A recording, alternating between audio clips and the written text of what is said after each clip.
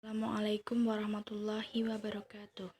Kami dari kelompok 2 ingin mempresentasikan teknologi pendidikan dalam bidang dan profesi. Langsung saja yang pertama yaitu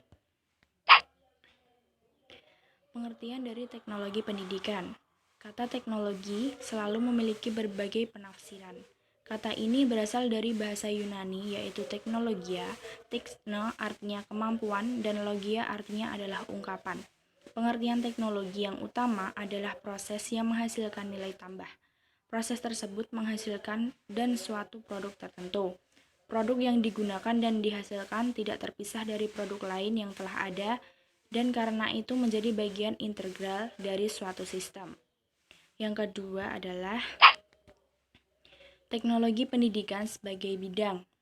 Dalam teknologi pendidikan, masalah tindak belajar tidak dipandang sebagai masalah rancangan pembelajaran saja, atau masalah produksi materi pembelajaran, atau masalah evaluasi belajar, atau masalah siswa saja, melainkan suatu masalah yang menyangkut kebutuhan karakteristik siswa, lingkungan di mana dia belajar, rancangan isi pembelajaran, tujuan pembelajaran yang harus dicapai, pemanfaatan sumber belajar yang menyangkut kebutuhan dan karakteristik siswa, dan cara evaluasi hasil belajar. Yang ketiga yaitu fungsi pengembangan pendidikan atau pembelajaran. Fungsi pengembangan pendidikan bertujuan menganalisa masalah dan melakukan kegiatan merancang, melaksanakan, dan mengevaluasi sumber-sumber belajar yang dijadikan pemecahan masalah tersebut. Fungsi-fungsi tersebut mencakup adanya sebuah teori riset, desain, produksi, evaluasi, logistik, utilisasi, dan utilisasi diseminasi. Selanjutnya adalah fungsi pengelolaan pendidikan atau pembelajaran.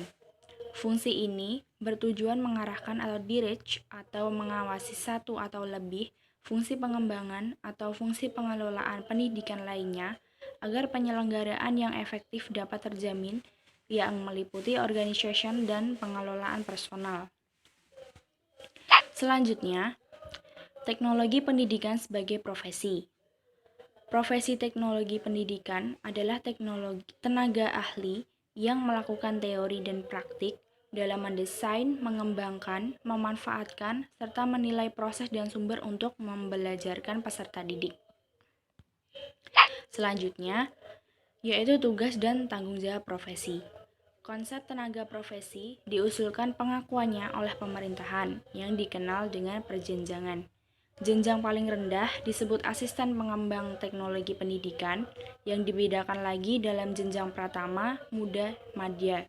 Jenjang di atasnya pengembang teknologi pendidikan yang juga dibedakan dalam jenjang pratama, muda, madya, dan teratas yaitu pengembang utama teknologi pendidikan dengan jenjang pratama, muda, madya, dan kepala.